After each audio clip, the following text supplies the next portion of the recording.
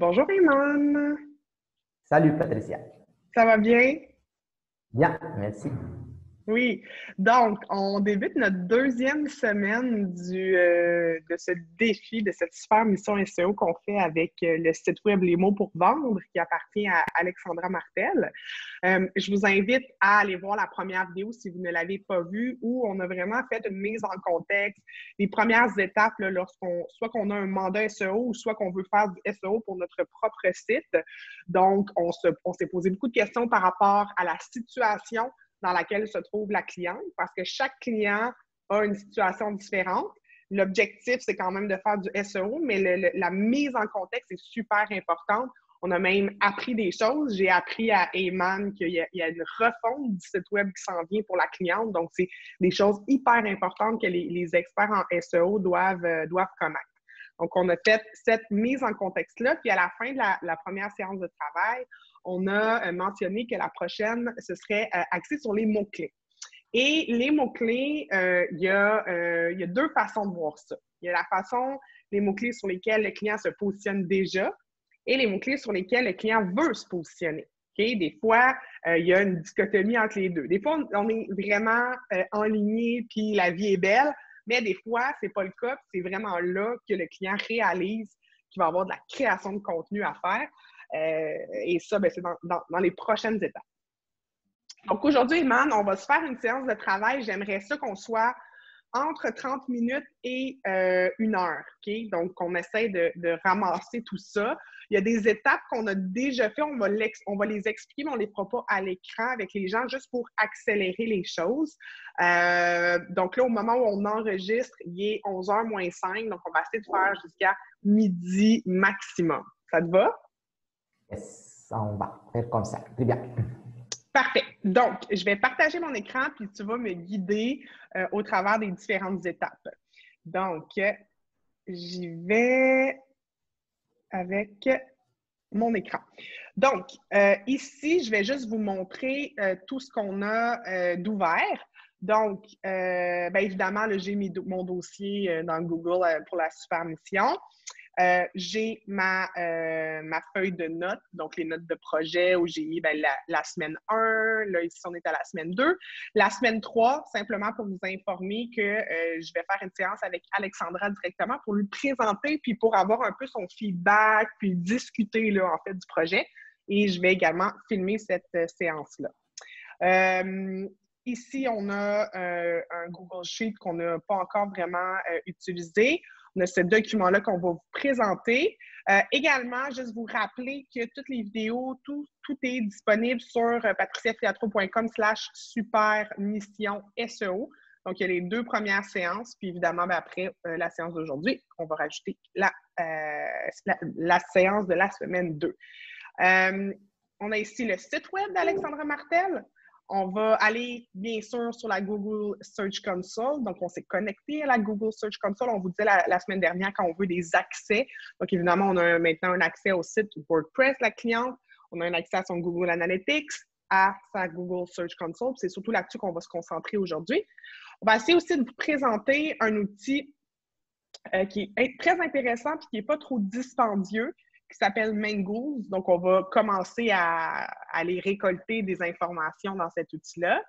SEMrush, qui est un outil vraiment dédié aux agences ou aux entreprises qui ont quand même des gros budgets SEO. C'est un outil hyper performant, mais assez dispendieux. On a lancé une analyse là, de l'ensemble du domaine lesmotspourvendre.com. Puis on a d'autres petits add-ons qu'on va essayer de vous montrer, là, qu'on peut installer sur Chrome et qui nous aident grandement à recueillir de l'information. Donc, si on vient ici, Iman, on a parlé qu'aujourd'hui, on était sur les mots-clés. Donc, on a fait une petite liste des choses qu'on voulait faire. Donc, sur quels mots-clés se positionne actuellement le site web. Donc, est-ce que ça, c'est la première étape quand on commence à analyser l'aspect sémantique mots-clés du SEO? Tout à fait. En effet, l'idéal, en cas où on a un accès au compte Google Search Console du client, on va faire notre analyse, puis on va demander une séance de travail avec le client directement où on va lui poser la question, quels sont les mots-clés ou bien sur quels mots-clés tu vises positionner ton site. Alors là, C'est comme si on va faire de la confrontation. Voilà l'état réel, voilà les souhaits du client. On va les confronter et on va voir est-ce que le contenu actuel, c'est vraiment, il est adapté pour positionner les mots-clés demandés ou bien que le client veut les positionner. Ou bien, comme tu l'as mentionné déjà au début, il faut penser à faire une refonte de contenu ou bien d'ajouter plus de contenu pour positionner ces mots-là. Donc, c'est la toute première étape, c'est sûr et certain. Google Search Console, c'est une mine d'informations.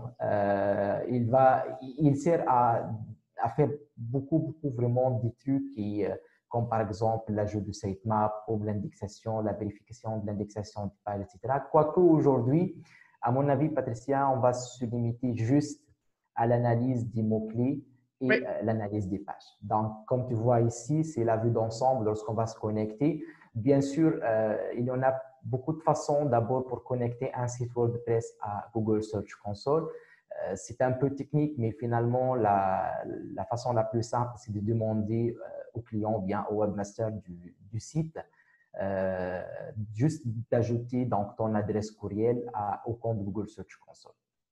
Ici, il n'y a pas vraiment la notion du admin et pas admin, donc un simple accès suffit pour c'est faire ça. donc la plupart des analyses. Mhm. Nous, ce que nous intéresse dans les rapports ici juste à gauche, c'est vraiment au niveau performance pour le moment. Donc, on va Ouais. cliquer performance et là, il faut faire très attention à la date, c'est-à-dire le choix des dates, c'est très important. Les Mhm. 3 derniers mois, comme on voit en haut, oui, ça peut contenir beaucoup de data, mais ça dépend de plusieurs facteurs. Est-ce que vraiment le site il a un bon trafic? Donc, comme ça, on peut trouver assez de mots-clés, on peut faire des analyses. Sinon, moi, ce que je préfère généralement pour un site moyen qui est déjà qui tourne ou bien qui est indexé depuis quelques mois, voire peut-être 2, 3 ans, de faire l'analyse sur les 6 derniers mois, OK. voire même les 12 derniers mois. D'accord? Donc, juste, on va choisir les 6 derniers mois et on va appliquer. Et Parfait. puisqu'on a fait l'analyse, on a fait le tour ensemble, donc on peut dire que sur 6 mois, on a assez de data à analyser pour ce site en Mhm. particulier. D'accord? Ouais. Je vais juste Voilà. faire une petite parenthèse parce que je l'avais dit dans la première vidéo, moi j'avais déjà fait une petite première séance de travail avec Alexandra où je lui demandais ses mots-clés et tout, puis c'était plus informel, on n'était pas en vraie séance de travail, c'était plus une petite rencontre amicale, là, on va faire un défi ensemble. Donc ça, elle m'a déjà donné des mots-clés, mais là, on va vraiment faire les choses dans le bon ordre, OK? Donc, à cette étape-ci, on fait comme si on n'avait pas parlé à la cliente des mots-clés qu'elle voudrait se positionner. On y va vraiment, on analyse la situation réelle. OK? Parce que, vous l'avez vu peut-être dans mon document, j'ai ici des idées de mots-clés. Donc, mais on fait comme si ça n'existait pas pour l'instant. On se concentre vraiment sur ce que Google Search Console va nous donner comme information. Tout à fait.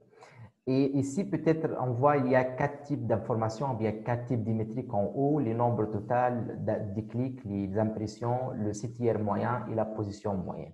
Donc, Ouais. ici, on active la position moyenne, on va la cocher pour qu'on puisse afficher en bas, donc, c'est quoi la position moyenne pour chaque mot-clé. Ouais. Pratiquement, donc, la config, elle est faite, donc on peut descendre un peu vers le bas et Mhm. voir le premier tableau. Donc, le premier tableau, c'est quoi? C'est l'ensemble des requêtes, ou bien les requêtes les plus fréquentes, ou bien les requêtes les plus recherchées, disons. D'accord?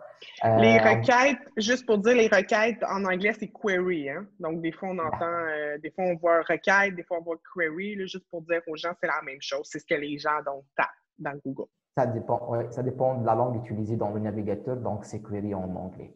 Alors là, on voit que la première requête, c'est les mots pour vendre, donc c'est l'identité, c'est le nom de domaine, c'est le nom de la marque.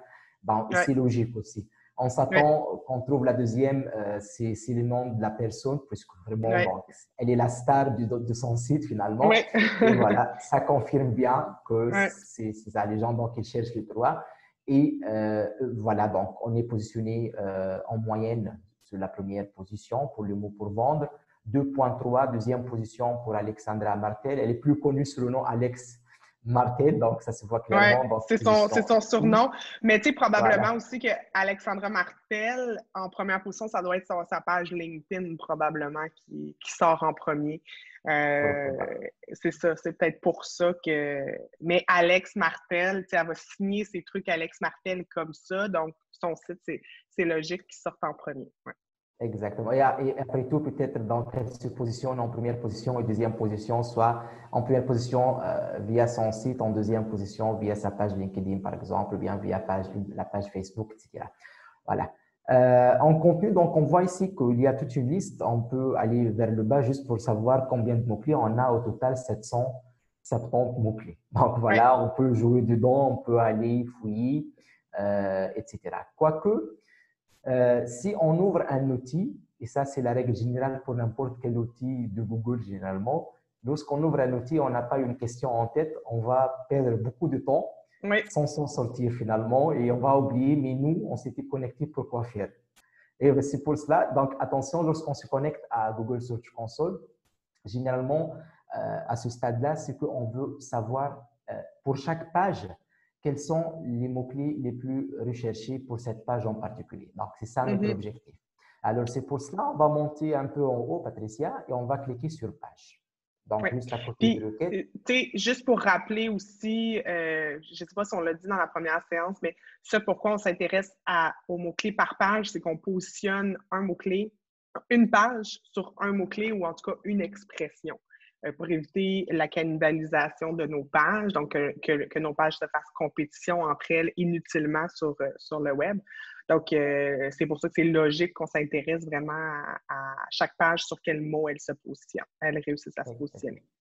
Ouais, ici, je me permets d'ajouter juste une petite explication sur une requête, sur un mot-clé ou sur une famille de mots-clés. Mais ça Oui, reste toujours donc une famille de mots-clés, ça donne le oui, même sens. Voilà. exact. Ouais. Donc ici, ça va nous donner les pages. Donc, il va lister toutes les pages. Bien sûr, ce n'est pas le bon moment pour aller voir, mais tu vois, le troisième URL, c'est author. Est-ce qu'on le laisse indexer? Est-ce qu'il faut le désindexer? Ce n'est pas le bon moment, ce n'est pas C'est pas maintenant tout de qu'on fait suite. cette analyse. Exactement. Mais Exact. on va revenir encore des dizaines de fois à Google Oui, Search Console pour trouver des oui, réponses à certaines questions. D'accord? Au oui, fur et à mesure absolument. qu'on avance. Ça, en fait, c'est quand on va faire le crawl du site complet, avec un outil comme Screaming Frog, ils vont nous sortir, puis on va voir toutes les pages justement qui sont indexées, puis on pourra prendre des décisions. Mais là, on n'est pas à cette étape-là. Tout à fait, c'est ça. Mais voilà, avec l'œil d'un expert, on commence à voir les choses même si on ne s'intéresse pas pour le moment. Oui, oui, C'est comme ça. on le remarque tout de Ouais, suite. Oui, tout à fait. Donc, actuellement, par exemple, on peut cliquer sur la homepage, la page d'accueil, ou bien il y a des gens qui l'appellent la page index. Et là, qu'est-ce qu'il va afficher? On va descendre un peu. Il va juste afficher donc combien de fois on avait donc ça a été affiché dans Google et combien de oui, fois les gens ils ont cliqué avec la oui, position moyenne. Nous, oui. on veut exactement savoir maintenant quels sont les Les mots. mots-clés. Oui, Voilà. Et c'est pour pour cette cela, qu'est-ce page. qu'on va faire? Très bien. Donc, on est sur la page, on va cliquer sur requête et voilà la Oui, liste des mots-clés en détail, etc. Donc maintenant, ça commence finalement et on peut faire un peu d'analyse et on peut commencer à construire, disons, notre fichier d'analyse mots-clés. mm-hmm. Quoique, ça reste vague, ça dépend, le site, il a combien de pages, donc c'est très important, combien de pages indexées. Il se peut que c'est un petit site, genre, je ne sais pas, une quarantaine, une centaine. Il se peut aussi d'avoir des sites avec 10 000 URL. Et là, il faut trouver une solution pour automatiser l'extraction des mots-clés Oui, par page. D'accord? oui, Et absolument. voilà, encore une fois, ça vient la solution ou bien les solutions de Google qui sont des solutions gratuites et on peut utiliser ce qu'on appelle la Google Sheet. Donc, Oui, déjà, Patricia, ensemble, on a, juste oui, pour gagner du temps, on a fait un peu donc l'analyse, on va la montrer. oui, Voilà. Donc, ici, c'est le résultat final, mais on vous explique qu'est-ce qu'on a fait exactement. Le deuxième onglet, s'il te plaît, c'est écrit SAS, la date d'aujourd'hui, oui, en bas. oui, Donc, ça a été la toute première étape. Donc, ce qu'on a fait, on a extrait toutes les requêtes, tous les queries depuis la Google Search Console de la cliente. Donc, ça, c'est mm-hmm. la liste des mots-clés, la liste des requêtes. Et en face, juste pour chaque requête, quelles sont les pages ou bien quelle est la page. Donc, c'est ça, Ouais. la toute première analyse, avec le nombre de clics, le nombre d'impressions, le site Mhm. tiers. Et bien sûr, tu vas trouver la dernière colonne, c'est la position moyenne. Donc, Mhm. jusque-là, on a réussi finalement à extraire toutes ces données. Et c'est simple, donc c'est via ce qu'on appelle les add-ons ou bien les modules complémentaires de la Google Une Sheet. extension Chrome, oui, Voilà. c'est ça. Oui. Elle s'appelle déjà, en cliquant sur le module complémentaire dans le menu, on va Oui. trouver, il s'appelle Search Analytics for Sheets. Donc, vous pouvez Oui. le télécharger. C'est gratuit aussi et c'est facile à l'utiliser. Oui. Une fois il est là, juste vous allez extraire toutes les informations. Les informations sont là, mais il faut aussi faire encore un peu d'aménagement pour avoir les données plus ou moins organisées. Oui. D'accord? Juste pour un petit détail, tantôt, quand on a extrait cette liste-là, on est encore à 3 mois. On n'a pas changé pour 6 mois. Donc, ces chiffres-là, c'est sur 3 mois. Puis, peut-être expliquer, Eman, ici, ce qu'on a, tu sais, les clics versus les impressions. Je vais peut-être l'expliquer un petit peu. Tout à fait. Lorsqu'on dit impression dans Google Search Console, c'est-à-dire le nombre de fois qu'une page a été affichée sur les 100 premiers résultats, voire les 10 premières pages Google pour une requête pour un mot-clé spécifique. C'est-à-dire, par exemple, si on voit la première ligne, on va revenir un peu vers l'arrière pour la colonne A, s'il te plaît, Patricia, Oui. pour voir c'est quoi la query. Donc, les mots pour vendre. Donc, la page d'accueil, elle a été affichée 1287 fois dans les 100 premiers résultats Google pendant les 3 derniers mois, puisque donc ici, on a fait l'analyse sur les 3 Oui. derniers mois. Sur le 1287, donc on avait enregistré 1070 clics, ce qui donne donc un CTR ou bien un click through rate de 83%, et Oui. avec une position moyenne, on va la voir normalement, c'est 1, c'est-à-dire donc on est toujours en première position. Donc, c'est comme ça qu'on lit les métriques Google Search Console.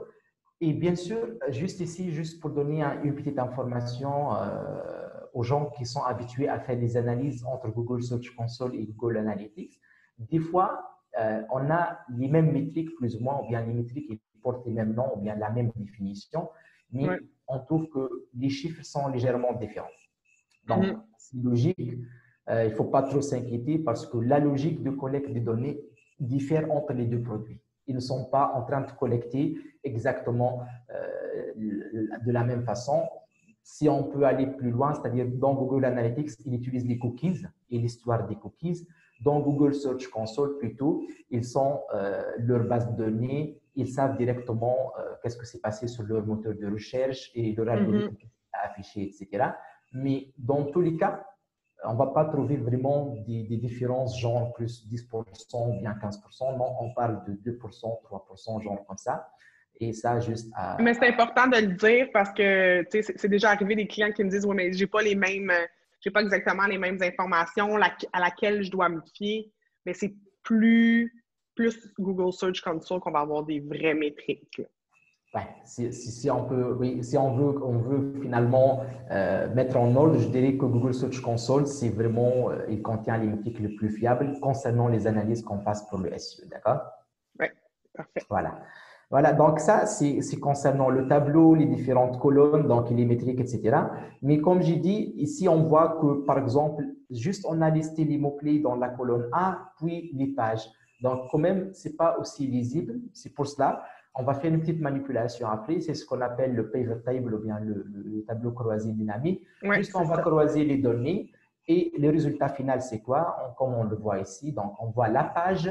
Et juste à côté, on voit la liste des mots-clés avec les mêmes métriques, c'est-à-dire les clics, les impressions et la position moyenne. Alors là, oui, déjà, donc, comme Patricia est en train de le faire, on peut cacher les pages, on peut les ouvrir, donc c'est plus facile à commencer à faire des analyses. Et imaginez surtout la situation où on a plusieurs dizaines, centaines d'URL des pages. Alors là, ça commence à être vraiment très, très bénéfique. Concrètement, on est quand même sur un petit site, là, mais il y a quand même beaucoup d'infos, malgré tout. Oui. Malgré tout, et ici, Patricia, juste attention parce que aussi fort probable, on n'a pas, c'est-à-dire on n'a pas fait le tri des URL. Donc, cette analyse-là, elle contient même les URL qui ne doivent pas être indexées, par exemple. C'est sûr et certain, il y en a des URL qu'il ne faut pas l'indexer. Mais nous, on a commencé avec l'analyse, disons, des mots-clés, l'analyse plus ou moins sémantique, mais je dirais l'analyse des mots-clés. C'est pour cela il faut faire très attention. Donc, juste on choisit les pages les plus importantes, d'accord? Et on fait attention aux pages, par exemple, qui ont un contenu vulnérable, bien un contenu maigre. Donc, il ne faut pas vraiment trop donner de l'intérêt pour ces pages-là. D'accord? Oui, absolument. Très bien. Alors là, comme on voit, par exemple, si on revient à la page d'accueil en haut, donc voilà, donc on peut juste rapidement, il y en a des mots-clés hors sujet, c'est sûr et certain. Ça Voilà. ici, pour ton information, je ne sais pas si je te l'avais dit, mais 15 minutes de persuasion, c'est le nom de son podcast. Donc, ça, c'est très pertinent. Mais oui, comme tu dis, il y en a tantôt, tu sais, alors les gars, ça va ou ça va? On va pas trop creuser ici, là. Mais carte du monde à vendre, chien à vendre, tu sais, on est capable rapidement de faire le tri. Mais ici, on s'est attardé quand on a vu cette information-là. Hein? Oui, et le copywriting de formation et copywriting vente, ça tombe à pic, c'est pratiquement avec des positions moyennes, 89, etc. Donc, au moins, on est là, c'est-à-dire il y en a au moins une page qui est positionnée, mais c'est sûr et certain, il faut faire un peu d'effort. Et c'est ça le genre de requête des mots-clés qui va nécessiter un travail en contenu sur 3 mois à 6 mois pour voir vraiment grimper vers la première page et pourquoi pas en top 3. Donc, on commence juste, on montre aux gens ou bien comment on commence à faire les analyses, comment on essaie de détecter les bonnes requêtes finalement. Oui. Puis, tu sais, bon, comme on l'a dit, on sait dans quelle sphère d'activité, évidemment, elle est. Elle offre de la formation copywriting, donc ça, c'est clair, comme on dit, que ça nous intéresse. Puis c'est le fun de voir qu'elle est déjà dans les 10 premières pages. Évidemment, les gens ne se rendent pas jusque-là, mais elle existe à tout le moins. Parce que ce qu'on dit, c'est que si tu es dans les 100 premiers résultats, tu existes. Alors que si tu es dans les plus que 100, ben, tu n'es même pas considéré là, par Google. Donc là, au moins, on existe, fait qu'on va pouvoir voir à faire progresser la position moyenne de ce mot-clé-là. Ici, par contre, on n'a pas les volumes de recherche. Est-ce que ça pose problème? On va les trouver ailleurs de toute façon. C'est sûr. Ben, ici, on n'a pas cette option dans la Google Search Console et c'est pour cela, c'est sûr et certain, à la fin, lorsqu'on va avoir un tableau récapitulatif, c'est qu'on est obligé de mixer pas mal de métriques venant de plusieurs outils. D'accord? C'est ça, exact. C'est le point le plus important. Ici, c'est comme si on va construire la toute première idée. Voilà, c'est bon, on est conscient, il y a des pages que s'indexent bien, il y a des mots-clés importants sur lesquels certaines pages donc, sont indexées ou bien se positionnent ou bien s'affichent. Il y a des positions. Ici, soit le mot-clé, bien la requête, elle est super importante et on est sûr maintenant qu'on est dans le top 100, donc il y a un travail à faire. Soit aussi que le mot-clé, elle est important et en plus, on est trop proche du top 3, comme la position 5, comme la position, je ne sais pas, 4, etc. Alors là, c'est les quick wins. Encore une fois, on évoque la notion des quick wins. Donc, on peut rapidement disons, donc indexer ou bien positionner le client sur ces mots-là avec quelques petites modifs, je ne sais pas, donc un peu de coaching, donc on peut y arriver rapidement et facilement. Donc, c'est ça la toute première identification. Pour le volume de recherche, déjà, on va faire ensemble une petite analyse, donc SEMrush. Donc, SEMrush, ça, c'est un outil payant.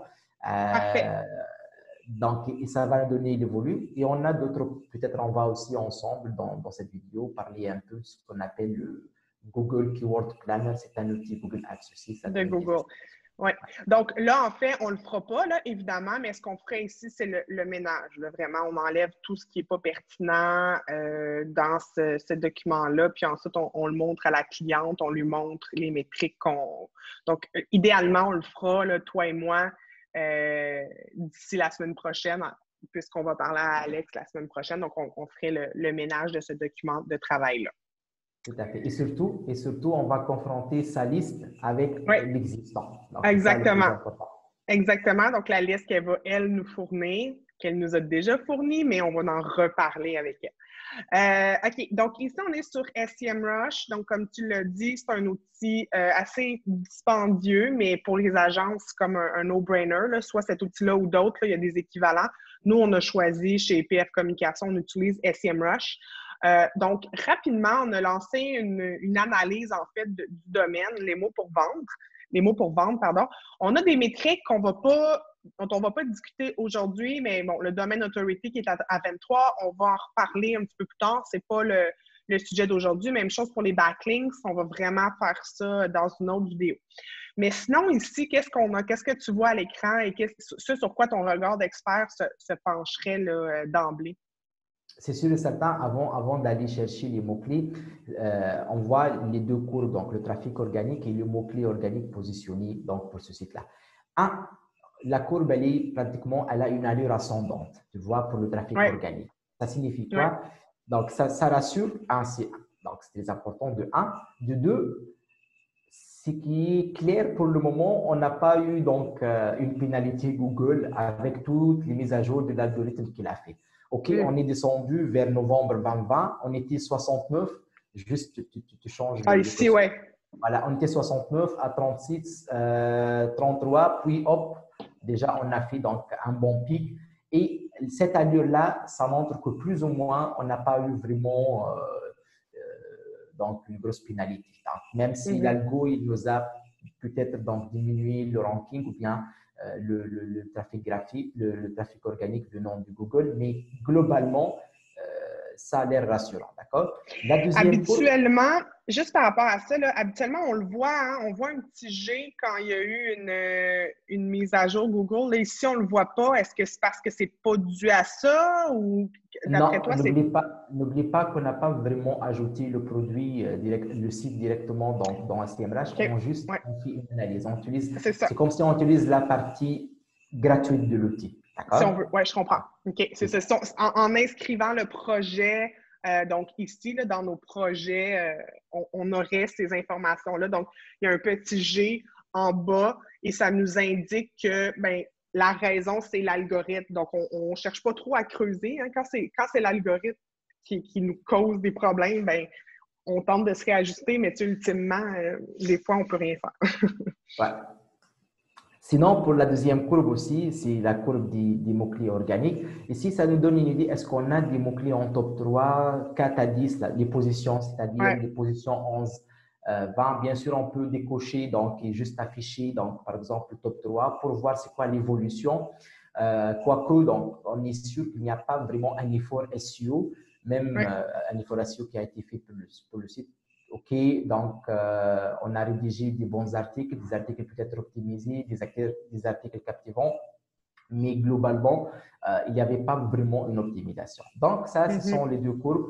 Et peut-être après, donc, on peut aller, lorsqu'on va revenir au détail pour parler finalement du domain authority ou bien du backlinking, etc., on peut aller aussi vérifier les différentes métriques affichées donc, sur cette page. Sinon, nous, actuellement, on s'intéresse essentiellement aux mots-clés, donc cette liste-là des mots-clés que SEMrush, avec son moteur de recherche, donc il estime que le site, voilà, donc il a sa base de données, c'est-à-dire quoi? C'est-à-dire même si on n'a pas la version payante de SEMrush et même si on n'a pas créé un projet dédié à ce site en particulier, SEMrush, comme pas mal d'autres outils comme SEO Observer aussi, il essaie d'aller chercher les différents mots-clés. Donc, voilà, donc c'est un outil huge et il va enregistrer les positions dans sa base de données. Et lorsqu'on a besoin de ça, donc il va nous afficher, comme tu le vois déjà en bas. Juste ici, on est au monde entier, d'accord? Oui, c'est ça, on est monde entier, hein? Exact, c'est ça que je me demandais. OK, parfait. Déjà, en passant, je n'ai pas voulu perturber, donc, parce que j'aime bien qu'on met l'accent sur mots-clés, mais si on monte encore en haut, Patricia, on va voir que le trafic venant de la France, déjà, donc, il occupe 60%. Alors là, c'est sûr parce que c'est la langue française, mais est-ce qu'on se pose généralement la question, est-ce que la cliente elle est intéressée par un trafic venant de la France, oui ou non? Si oui, ça va. Sinon, donc, c'est sûr et certain, il y en a pas mal d'autres trucs à faire. et pas mal Ouais. d'autres adaptations. D'accord? Mais ça, oui, tout à fait. Là, je sais qu'elle target la France et la francophonie, donc même la Tunisie où tu te situes, mais la Belgique, etc. Ouais, C'est clair. ok, Donc, super. on revient aux mots-clés. Donc, l'objectif était de savoir le volume. Donc, voilà une liste. On peut cliquer sur voir les détails pour avoir toute la liste des mots-clés sur lesquels donc, notre site se positionne, ou bien le site de la cliente. Et comme tu disais, on a les volumes de mots-clés, mais on a aussi le coût par clic en dollars américains ici si les gens sont intéressés à faire du Google Ads. Donc, ça nous Du donne paid. aussi une indication du paid. Ouais, exact. Oui, tout à fait. Alors là, donc, ça nous donne un peu donc, une idée sur le volume. Bah, pourquoi il affiche juste 5? Juste, il nous a montré 5 mots-clés. D'accord. Très bien. Donc, finalement, il n'a pas trop détecté des mots-clés dans ce cas-là. Et c'est pour cela on est obligé, dans ce cas, d'aller prendre la liste des mots-clés qu'on a et qu'on a déjà trouvé sur la Google Search Console suite à Ouais, l'analyse qu'on a fait. Et on va l'ajouter à ce qu'on appelle idéalement l'outil Google Keyword Planner. Donc, ouais. l'outil Google Keyword Planner, finalement, c'est un outil gratuit, quoique lorsqu'il va nous donner les estimations ou bien les volumes de recherche, il y a certaines métriques qui ne sont pas assez précises parce que, voilà, pour que tu aies les data, donc les vrais data, disons les vraies métriques, il faut que tu actives un compte Google Ads, c'est-à-dire il faut avoir donc une campagne déjà en cours avec un montant que tu investis, un budget quotidien, etc. Mais ça n'empêche, ça peut donner une idée sur le volume globalement. Et l'idée, c'est quoi? C'est d'être dès le début clair. On sait très bien qu'on veut positionner le client. Des fois, le mot-clé ou bien le mot-clé phare, c'est-à-dire par exemple, si on prend le cas d'une clinique dentaire. Donc, c'est sûr, le mot-clé phare, c'est dentiste plus la ville, ou bien Mhm. clinique dentaire plus la ville, ou bien centre dentaire plus la ville. Des fois, donc, on trouve que c'est bon, dentiste plus ville, donc elle enregistre 2900, 3000 visites ou bien 3000 recherches par mois, donc c'est un bon volume de recherche mensuelle. Et des fois, donc on a ou bien on est face à des volumes de recherche un peu moins, c'est-à-dire genre voilà 100, 150, 200 recherches par mois. Ça n'empêche, l'objectif aussi, c'est de positionner et d'avoir le grand part de recherche finalement pour notre site. Donc, c'est ça l'objectif. On va y aller. En Voilà, fait, rapidement, là, j'ai ouvert très bien. mon Google Ads là, rapidement parce que, bon, on peut trouver des nouveaux mots-clés ou obtenir le volume de recherche et des prévisions. Non, c'est l'autre Bien. hein, qu'il fallait que je fasse. Non, Non. ça fait la même chose finalement. C'est bon, ok, tu choisis. Par exemple, on va mettre ici copywriting, je ne sais pas, donc, Formation, ouais, copywriting. tu OK. enlèves le R normalement, juste dans copywriting. Tu J'ai-tu fait inverses une le R. faute? Oui, il faut Ah inverser oui, R. attends un Juste. petit peu. Attends, hey, je ne sais même plus comment écrire. Attends un peu. Copywriting. Ouais. Comme ça. Oui, c'est ça. OK, j'avais inversé Merci le titre. Google. Ouais, ouais, merci Google qui nous aide à tout faire dans notre vie. OK, parfait. Pensez Donc, ça Canada. ici. Voilà, Je mets le site pas également. besoin. Non, Pas pas besoin. besoin. OK, Ouais, pas besoin. parfait. Ça, c'est vraiment si on veut faire l'analyse Google Ads. Donc, obtenir les résultats. Voilà, Bon, ici, tu vois, Patricia, il va nous donner à la fois le mot qu'on a fixé, d'accord? Et en plus, il va nous donner des propositions. bon là, C'est très bien. Ouais. je, je l'ai fermé. Attends un On, peu. on refait rapidement. Ouais, oups, non. Formation. Ouais. Formation copywriting, comme ça. Yes. Et Obtenir voilà, les résultats. en français, obtenir les résultats. OK, donc Voilà. Donc, ici, il nous a donné le premier mot-clé, donc c'est celle de rechercher, mais en plus, il nous a donné d'autres propositions. Donc, c'est ça le plus important. Et lorsque j'ai dit, moi, le volume de recherche, il n'est pas précis lorsqu'on a un compte qui ne génère pas de trafic ou bien qui n'a pas une campagne déjà configurée. Vous c'est voyez, payante. Hein. la deuxième colonne, c'est écrit nombre moyen de recherche mensuelle. Il dit, tiens, c'est entre 10 et 100. C'est pas très précis, c'est ça. Voilà. Ouais. Auparavant, donc, il nous donne les résultats avec précision. Mais voilà, récemment, je pense que ça fait une année, donc il a changé sa stratégie. Ça n'empêche, ça montre quoi? Ça montre que le mot, elle est au moins recherché au moins 10 fois, donc 10 fois par mois. Et ça donne aussi une idée, est-ce qu'on doit investir dans ce mot-là, dans cette requête, est-ce qu'on doit la changer, qu'est-ce qu'on attend, il ne faut pas vraiment, quelles sont les attentes de la cliente par rapport au mot-clé formation copywriting, et surtout, donc, est-ce qu'on doit aller chercher d'autres mots-clés plus pertinentes et plus recherchés. Donc, c'est ça le point le plus important. Par exemple, je ne sais pas, si on revient au fichier, des formations pour vendre, j'ai vu dans notre analyse qu'on a fait sous la Google Sheet, peut-être on va trouver apprendre à vendre, apprendre à persuader, voyons qu'est-ce que ça donne aussi. Donc, OK, oui, apprendre à persuader. Ouais.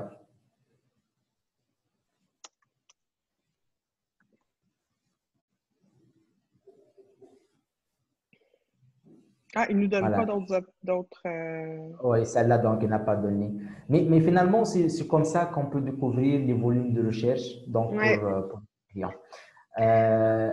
En plus, comme on a vu pour l'autre recherche, déjà l'outil nous a donné des propositions lorsqu'on a mis formation copywriting. La même chose que ça, on peut utiliser la donne Keywords Everywhere qu'on utilise généralement aussi pour avoir des idées sur les mots-clés. Oui, absolument. Ça, je l'ai activé, donc on va faire un essai. Donc, par exemple, je vais sur Google et je dirais formation copywriting. Et donc, ici, les mots-clés reliés, donc related keywords, on les voit ici. On voit les recherches associées. Donc, les longues traînes. Oui, donc ça nous donne des indications. Mais ces indications-là, on les a quand même déjà dans les autres questions posées dans Google. Hein, et Google nous donne beaucoup d'infos, donc il ne faut pas passer à côté. Comment se former au copywriting, comment trouver des clients en copywriting, quel est le métier de copywriter. Tu sais, c'est vraiment intéressant, là, ça, pour des billets de blog là, sur chacun de ces sujets-là. Et on a également ici d'autres recherches. On peut cliquer. Donc, là, bon, en ce moment, je suis en France. Là, fait que là, ils font référence au Pôle emploi qui est ici, c'est des subventions pour des formations. Mais si je tape formation copywriting storytelling, qui est aussi étroitement lié au copywriting, mais là, je clique dessus et ça va me redonner des résultats. Donc, on peut vraiment aller chercher beaucoup, beaucoup, beaucoup d'informations à même Google et en ajoutant ce add-on-là également. Ça, c'est super. Donc, pratiquement, c'est comme ça qu'on peut construire une idée sur l'ensemble des mots-clés sur lesquels le site se positionne actuellement avec le volume de recherche. Et comme ça, donc, on a de la matière pour aller maintenant demander à la cliente c'est quoi la liste des mots-clés sur lesquels elle veut positionner son site. Et c'est comme ça, donc on va préparer toute une liste à la fin, la liste des mots-clés avec les pages qu'on veut le positionner pour cette liste-là. Et bien sûr, l'étape suivante, c'est d'aller intégrer, bien configurer les mots-clés dans un outil de suivi. Et comme ça sera l'étape 0. Voilà la liste des mots-clés. Voilà à cette date-là comment on se positionne. On va commencer après à faire nos audits, que ce soit l'audit de contenu, sémantique, technique, etc., backlinking. Et à chaque fois, on fait des optimisations. On va ajouter un coup d'œil rapide sur la liste de nos mots-clés dans l'outil de suivi et voir qu'est-ce que ça donnait, est-ce que ça bouge et continuer. Exact. Et l'outil de suivi que nous, on vous propose, c'est Mangools. J'ai un code rabais de 10 si ça vous intéresse. Là, je mettrai le lien. Donc, Mangools, il y a 5 outils différents dans le même outil. Vous allez voir que les outils se recoupent, il n'y a pas de nécessaire. Tu sais, il y a des outils où on a un petit peu plus d'infos, d'autres un petit peu moins. Puis après, c'est de choisir l'outil qui nous convient, puis en fonction de notre budget, là, en fonction de combien on est à l'aise de mettre pour le tracking, parce que c'est vraiment ça. Comme tu dis, c'est l'étape zéro, dans le sens que c'est à partir de maintenant, on va commencer à récolter les informations sur le tracking. Donc, l'évolution, parce qu'évidemment, tout au long de ces 3 mois-là qu'on fait notre défi avec Alexandra, on va lui proposer d'effectuer des changements sur son site, parce que si on ne fait rien, les métriques vont peut-être changer, mais ça va être le fruit du hasard, ça va être on ne sait pas trop quoi. Alors que là, on va vraiment mettre en place des stratégies, puis on va voir après qu'est-ce qui fonctionne, qu'est-ce qui ne fonctionne pas, parce que c'est cas par cas, c'est d'un site à l'autre. Une stratégie va fonctionner sur un site, puis pas sur un autre site. C'est comme ça. Donc, ici, donc on lance, ça te va? On est rendu à cette étape-là où on lance le Keyword Planner, donc le Keyword Finder, pardon, de Mangools. Donc, c'est vraiment le même principe que ce qu'on vient de faire. Donc, formation copywriting, si on veut commencer avec ça. Donc, on peut choisir le lieu. Donc, disons Québec, Canada. Mais après, on pourrait faire aussi une recherche en France et en français. French. Et on lance. Voilà. Il y a un indicateur supplémentaire ici aussi, c'est le niveau de facilité ou de difficulté pour réussir à se positionner sur ce mot-clé-là, ce qu'on n'a pas sur les autres outils qu'on vous a montrés jusqu'à présent. Ici, c'est un indice que Mangools a développé. Donc, on le voit ici. Donc, c'est de facile à ne t'essaie même pas, tu ne seras pas capable. Donc, voilà, bon, on ne va pas aller trop dans les détails sur ça ici. Mais peut-être que tu peux un peu me dire ce que tu vois à l'écran, puis tes impressions. C'est la première fois qu'on entre dans cet outil-là là, pour Alexandra. Oui, tout à fait. En effet, Patricia, c'est comme si on a utilisé des outils gratuits au début. Donc, c'est bon, on a utilisé Google AdWords, le Keyword Planner. Puis, donc, on a vu comment les résultats dans Google, c'est qu'on appelle le taux complete, etc. Avec l'outil aussi, la Done Keywords Everywhere. Bien sûr, il y en a pas mal d'autres outils, donc ça dépend. Donc, vous pouvez utiliser d'autres outils en cas où, mais ici, on commence avec les outils payants. Comme la Patricia. Je t'interromps. Juste ton micro, si tu peux. Je crois qu'on… D'accord. J'espère que c'est bon. Confirme, est-ce que c'est bon? Oui, vas-y, parle. Très bien. Oui. Est-ce que c'est bon maintenant? Ça va? Oui, c'est bon, parce que j'entendais ton micro. C'est bon. En attendant l'arrivée du nouveau moto. Voilà. Oui, ton nouveau micro s'en vient, là. C'est ça. On n'a pas le choix. Très bien, voilà. Donc, j'ai dit que c'est le premier outil payant qu'on est en train donc, de vous montrer ou bien de faire le recherche avec. Jusqu'à cette étape-là, on n'a rien configuré dans Mangools, c'est-à-dire on fait de recherche encore, on fait de la découverte. Donc, très important. Ça. La même chose, c'est le tableau des mots-clés. 10, c'est-à-dire ici, j'aime bien qu'on fasse la comparaison entre ce que Google Keyword Planner nous a donné. Il a dit que pratiquement en moyenne, le volume de recherche, c'est entre 10 recherches et 100. Ici, l'outil, donc, il dit que c'est 10 recherches. Et c'est ça, pratiquement, généralement, lorsque Google Keyword Planner, il donne une plage, c'est-à-dire entre 10 et 100, toujours, il faut se rapprocher de la première borne, de la plus petite. D'accord? Donc, c'est la règle finalement. Mais il agrandit le maximum possible, donc, la plage pour que vous activez votre compte. Donc, si je viens faire France ici, j'imagine que mon volume de recherche, voilà. Le volume de recherche est beaucoup plus intéressant en France. Et donc, ça va être à considérer parce que sa formation qui est offerte à distance, qui est en ligne à Alexandra, peut très bien être suivie par des gens en France. Elle va également vendre un livre très bientôt.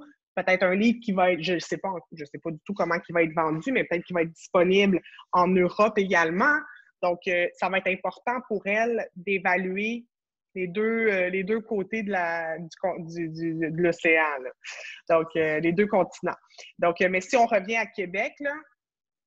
En effet, ici, dans ce cas-là, puisque la recherche s'est donnée qu'en France, donc vraiment, c'est plus recherché qu'en volume. Donc, c'est simple, même si on suppose que la cliente, elle veut pas ou bien elle peut pas se déplacer en France pour faire les présentations et la situation actuellement, tout est en ligne finalement. Mais on pense juste donc des idées qui viennent en tête. On pense par exemple à rédiger un bon article sur la formation copywriting. Et à la fin de l'article, voilà, on évoque ou bien on donne l'information que tiens, cette formation, elle est en ligne, elle est à distance. Tu vois, donc comment on peut finalement faire ou bien utiliser ce volume-là et essayer de le rentabiliser le maximum possible. Donc, c'est ça l'idée finalement. Tu as parlé déjà de ce qu'on appelle la métrique spéciale ou bien la métrique spécifique pour Keyword Finders. Là, tout est bon. Juste, on ajoute que on voit très bien aussi qu'il y a la liste des concurrents plus ou moins. Donc, ou bien, c'est pas finalement, c'est la seule overview, comment il présente les résultats. Donc, ça donne une bonne idée avec des dizaines ou bien plusieurs métriques. Dans ce cas-là, on ne va pas trop entrer dans les détails. Mais cet outil en particulier, si je me permets de donner mon avis plutôt sur l'outil et en le comparant avec les autres outils, c'est l'outil, je l'appelle peut-être 5 en 1 ou bien 3 en 1 minimum. C'est-à-dire dans un seul écran, il affiche pas mal d'études que d'autres outils. 3 tableaux ici. Voilà, dans d'autres outils, même si dans d'autres outils, c'est-à-dire par exemple SEMrush qu'on utilise, c'est vraiment c'est numéro 1 en moins en termes de voilà, le nombre d'analyses et l'audit et tout cela. Quoique, pour avoir donc ces 3 métriques ou bien ces 3 tableaux sur un seul écran, il faut faire 2-3 manipulations. D'accord? Et là, on l'a tout de suite, oui. Exactement. Ça, c'est l'important de cet outil-là lorsqu'on veut faire une première analyse. Voilà, donc je pense que c'est ça le tour des mots-clés, c'est ça donc les différents. Il reste aussi peut-être Ask the Public ou je pense Also Ask aussi, ça peut donner une idée sur quelques questions pour les gens qui veulent aller plus loin. Il y a aussi l'outil AbreSuggest du Nail Patel, je pense aussi, c'est encore un outil. Il a la version payante de cet outil, mais finalement, même la version gratuite, elle permet de faire 5 recherches, je pense. OK, oui. Donc, une panoplie des outils que vous pouvez utiliser pour déterminer les mots-clés, etc. Absolument. Puis, si on revient ici à Mangles, ça, on va l'expliquer la prochaine fois qu'on va parler du domaine authority, page authority, citation flow, trust flow. On va en parler un petit peu plus tard parce qu'on n'est pas… Mais on a d'autres informations. On va le spécifier un petit peu plus tard. OK. Donc, bien évidemment, on peut extraire cette liste-là, la joindre à nos documents de travail. Parce qu'à la toute fin, comme on le disait, on va confronter la liste de la cliente avec notre liste, avec notre analyse. Donc, c'est ici pour le Keyword Finder. Ensuite, le SERP Checker, on en a eu ici un peu une idée. C'est les SERP, en fait, c'est, rappelle-moi l'acronyme, c'est Search Engine… L'acronyme finalement, mais ce qui est sûr et certain, c'est l'algorithme, pour simplifier la vie, d'accord? Donc, c'est l'algorithme qui va aller chercher donc tout. On appelle ça le SERP, l'algorithme simplifié, OK? C'est ça, donc c'est les sites là, qui sortent. OK, donc ici, donc le SERP Checker, donc si par exemple, c'est-tu ici que j'entre, Discover the Secret? OK, donc, en fait, OK, si je fais formation copywriting, encore une fois, et on avait un petit peu l'info, là, puis on peut chercher desktop ou mobile. En fait, ça va nous montrer un peu ce qu'on a vu tantôt. Donc, c'est quoi les sites qui sortent? Fait que tantôt, dans l'écran, ce qu'on avait en bas à droite, c'était ça, pour le même mot-clé. Puis, en changeant le mot-clé, on aurait eu des informations différentes. Donc, ici, on a en fait les pages, les sites qui se positionnent.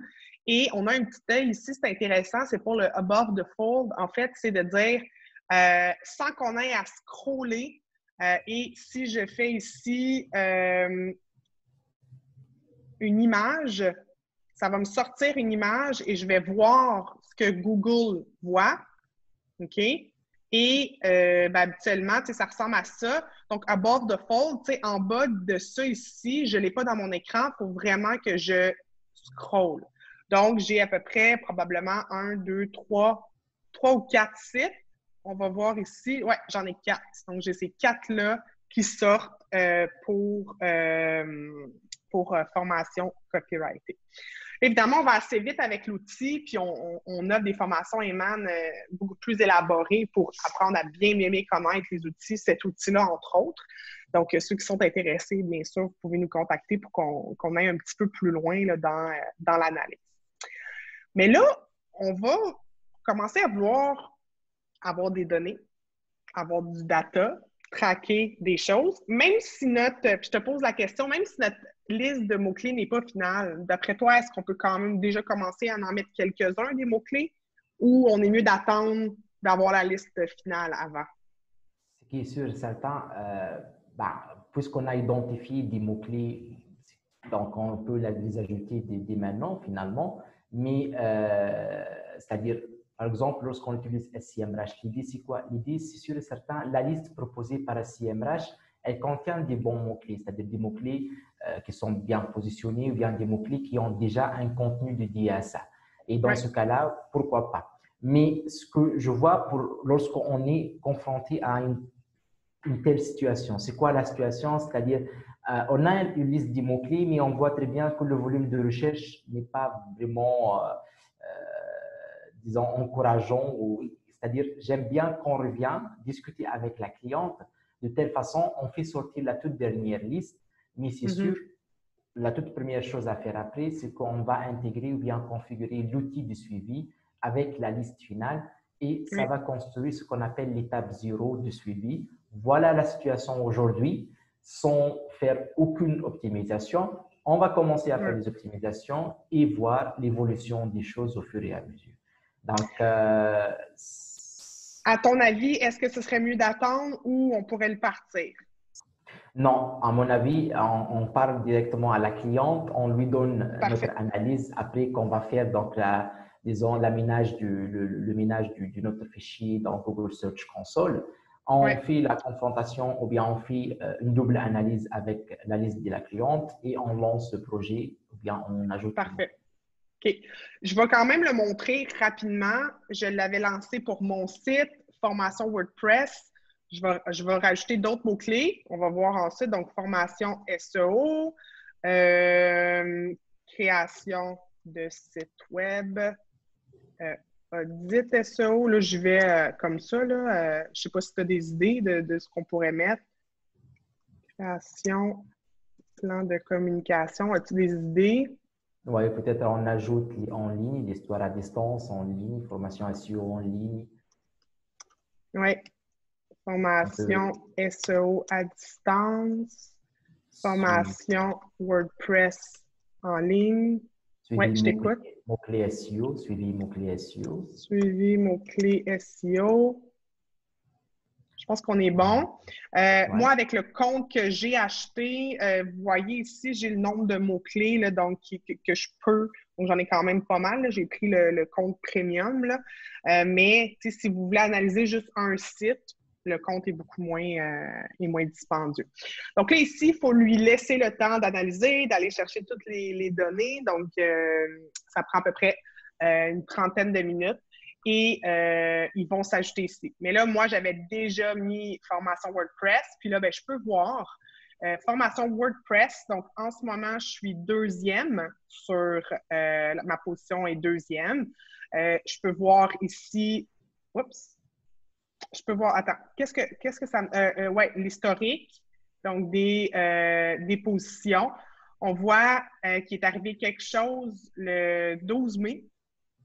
Je me suis ramassée à la position 44, mais tout de suite, ça a remonté. Donc, ça, c'est vraiment à la limite. Un accident.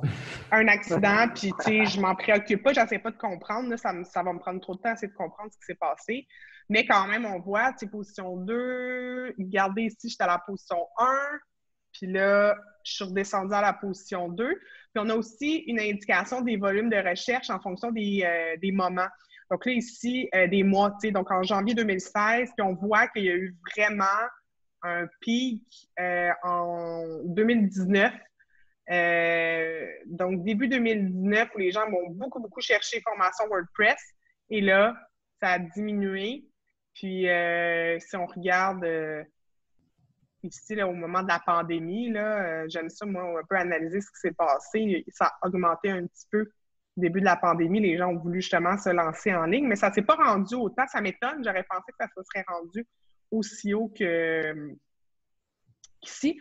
Mais bref.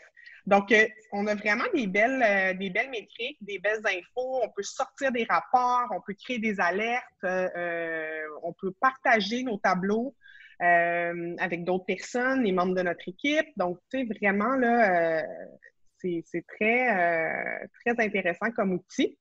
Et à partir du moment où on a rentré nos mots-clés, bien, on va vraiment avoir le tracking. Donc là, vous voyez ici, je suis rendue à 10 mots-clés. Donc, quand je vais revenir, bien, je vais, dans 30 minutes plus tard, avoir plus d'informations. Et surtout, si tu cliques encore une fois, donc si on revient à l'écran précédent, et surtout qu'il te donne l'évolution historique du mot-clé, mais aussi la page indexée ou bien la page positionnée pour ce mot-là. Donc, oui. C'est vraiment l'avantage de l'outil. On voit tout dans un seul écran. Encore une fois, donc, vous faites ça. Absolument. Puis si vous voulez valider que c'est vrai, mettons, tu sais, formation WordPress, vous dites, OK, je suis vraiment à cette position-là. Il y a un outil que tu m'as fait découvrir qui s'appelle Search Simulator. Donc, j'ai juste à mettre Parce que en ce moment, je suis en France, tu sais, donc quand je cherche des choses, j'ai pas exactement les mêmes résultats que quand je suis au Québec. Donc là, si je veux voir formation WordPress, formation, voyons, j'ai de la misère. Formation au Canada en français. Et là, je lance. Ouais. Et là, évidemment, j'ai les annonces. Donc ça, ben, je ne paye pas de ads, donc je ne suis pas là. Mais tout de suite, en dessous des annonces, là, je suis la première. Mais vous voyez, ici, je suis la première, alors que dans Mangools, ça me dit que je suis la deuxième. Pas une très grosse différence. Je suis capable de vivre avec ça. Oui, mais sans oublier aussi, il faut savoir ça a été quoi la dernière date du crawling Absolument, de l'outil. Donc, c'est un point très important. Ici, on revient aussi à l'add-on ou bien l'add-on Chrome Simulator, parce que ici, c'est facile. Le site de Patricia, donc ton site, il est positionné en première position, recherche organique, mais supposons que le site qu'on cherche, donc le résultat va être dans d'autres pages, genre troisième, quatrième page. Donc, dans le champ Find URL en bas, on peut spécifier c'est quoi notre nom de domaine. Genre, par exemple, on va mettre maintenant ton nom de domaine, Patricia. Il va nous… Voilà. On va faire la recherche et voilà, il nous donne le résultat. Il l'a mis ici. Et en cliquant déjà, il va t'afficher exactement l'endroit de l'annonce avec disons, un carré, genre, voilà. Oui, c'est ça. Excellent. Excellent. Donc, on pourrait faire l'exercice avec donc, formation, copywriting et on va venir mettre l'URL. J'enlève tout ça. Mais finalement, ça reste notre fond, tu vas voir. OK, il ne le trouve pas, il est trop loin. On a vu qu'il y a 89 dans l'analyse Google Search 89, oui. Maintenant, on est out of 100, d'accord? Mais ça n'empêche, donc, on peut finalement faire du mieux pour aller repositionner le site en bien, la page index sur ce mot-là, d'accord? Oui. J'ai fait l'exercice avec Alexandra Martel parce que là, on savait qu'elle était là.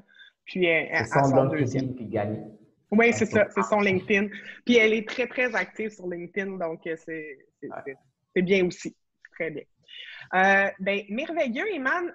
Si on revient à notre liste de ce qu'on voulait faire aujourd'hui, à notre séance, parce que là, on est à peu près à 1 heure de travail.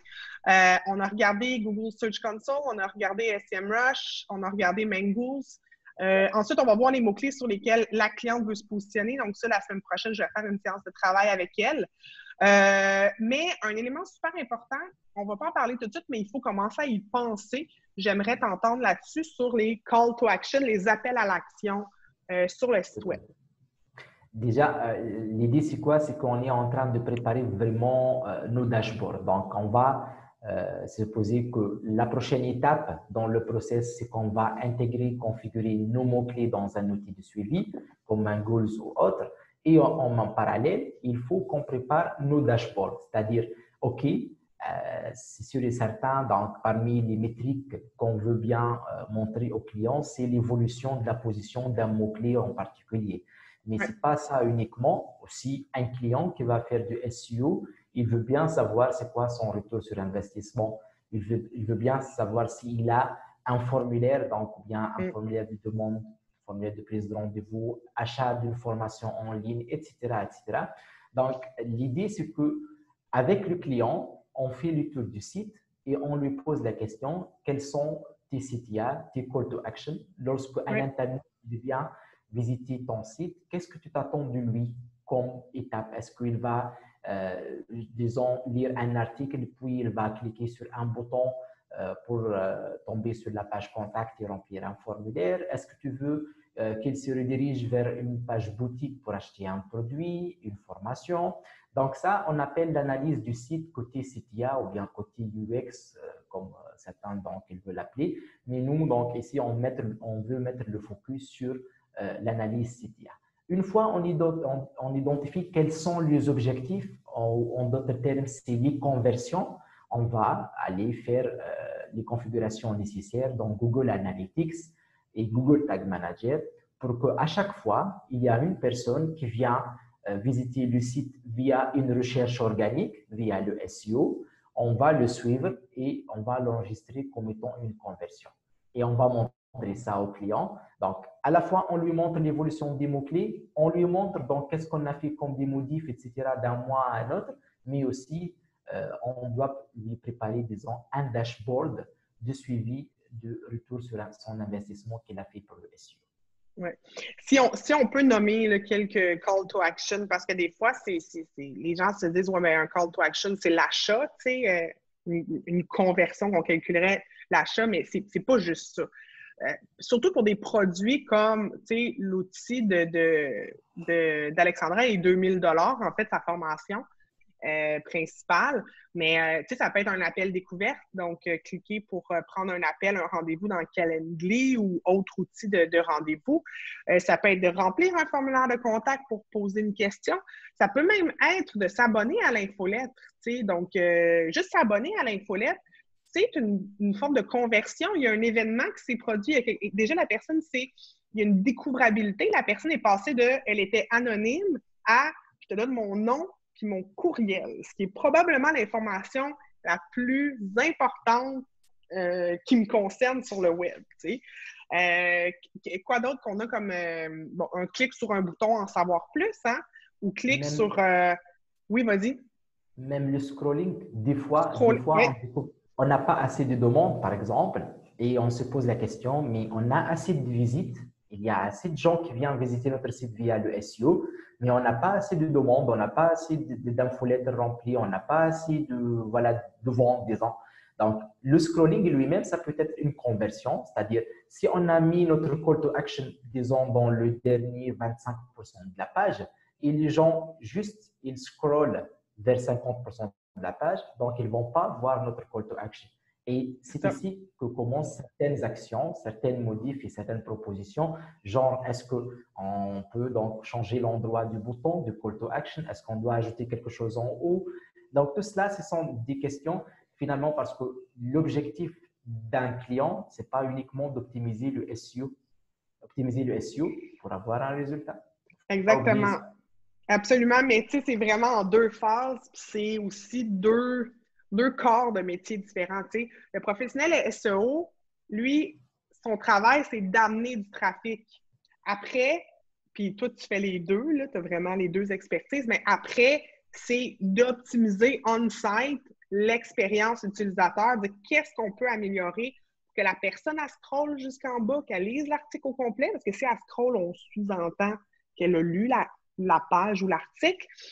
Si tu as une vidéo, on peut dire, bien, à partir du moment que la personne a regardé 75% de ma vidéo, je considère qu'elle a compris mon message, elle a intégré l'information. Bon, idéalement, on voudrait une notion de découvrabilité, là, où la personne laisse son courriel, où on sait qui elle est, si elle veut en savoir plus sur un outil ou un service qu'on offre. Donc, il faut vraiment réfléchir à ça parce que si on investit juste en SEO, qu'on amène beaucoup de trafic, mais que les conversions ne sont pas là, ultimement, c'est un peu comme l'exemple que je donne, c'est, tu as une super belle boutique sur une très grande artère commerciale à Paris ou à Londres, et quand les gens entrent dans ton magasin, tu offres un service de merde, tu les insultes, tu les écoutes pas, ils vont partir, ils achèteront pas. Tu auras beau avoir eu, donc le SEO, c'est le même principe, tu vas avoir plein de gens qui voient ton site, mais si un coup qui sont sur ton site, ils font pas d'achat ou ils font pas une action, ben au final, c'est un peu vain comme... En effet, ici, c'est toujours un sujet de discussion, Patricia, c'est un dilemme, c'est un sujet de discussion. Pourquoi? Parce qu'il y a certains, généralement, un expert SEO, voilà, il dit quoi? Tiens, mon objectif, c'est d'avoir une liste de mots-clés, d'avoir un site et des pages. Je fais toutes les optimisations, ton site, il rank bien pour les mots-clés choisis, mon boulot est fait, bye bye et merci. Alors là, ça vient l'autre volet parce que si on n'explique pas ces points au client dès le début, on risque d'avoir un malentendu à la fin. Lorsqu'il va te poser, le client, la question suivante, tiens, ok, j'ai du trafic organique, mais je n'ai pas de vente, je n'ai pas d'inscription, je n'ai pas je ne sais pas quoi. Donc, ce n'est pas mon problème parce que peut-être il y a un problème user experience sur ton site, l'histoire de la boutique. Il y a un problème dedans. Moi, je t'emmène le trafic, le reste, c'est sur le site. Et ici, lorsqu'on dit un expert SEO, au moins pour moi, donc j'évalue les choses comme ça, il doit avoir ce volet ROI, il doit l'expliquer au client parce que la même chose, ce sont des arguments en cas où il n'y a pas vraiment assez de ventes ou bien assez de conversions sur le site. Mais voilà, lorsqu'on présente le projet au client, il faut bien lui expliquer tout cela. Si c'est nécessaire de faire des modifs sur le site, si c'est nécessaire d'ajouter des call to action, de modifier les endroits, etc., il faut le faire, c'est-à-dire il faut le faire. Sinon... Tout à fait. Tout à fait. Donc là, on a 1 heure de fête. On va s'arrêter là. Nous, notre travail, ça va être, d'ici la semaine prochaine, on se refera un meeting, toi et moi, là, sans l'enregistrer, mais juste pour faire, on fait le ménage dans les mots-clés. Et la semaine prochaine, on montre ça à Alexandra. Elle nous arrive avec les mots-clés sur lesquels elle aimerait se positionner. On va certainement lui apprendre des choses sur ce sur quoi elle se positionne. On va voir ses réactions aussi. Ça va être amusant. Donc, c'est notre travail. Et la semaine prochaine, on poursuit. Ce sera la semaine 3 du défi. On a un bon 3 mois comme ça de défi SEO, super mission SEO. Donc, encore une fois, je te remercie énormément pour ton temps, Eman. Et on se reparle très bientôt. Bye tout le monde! Bye bye. Bye bye. Bye.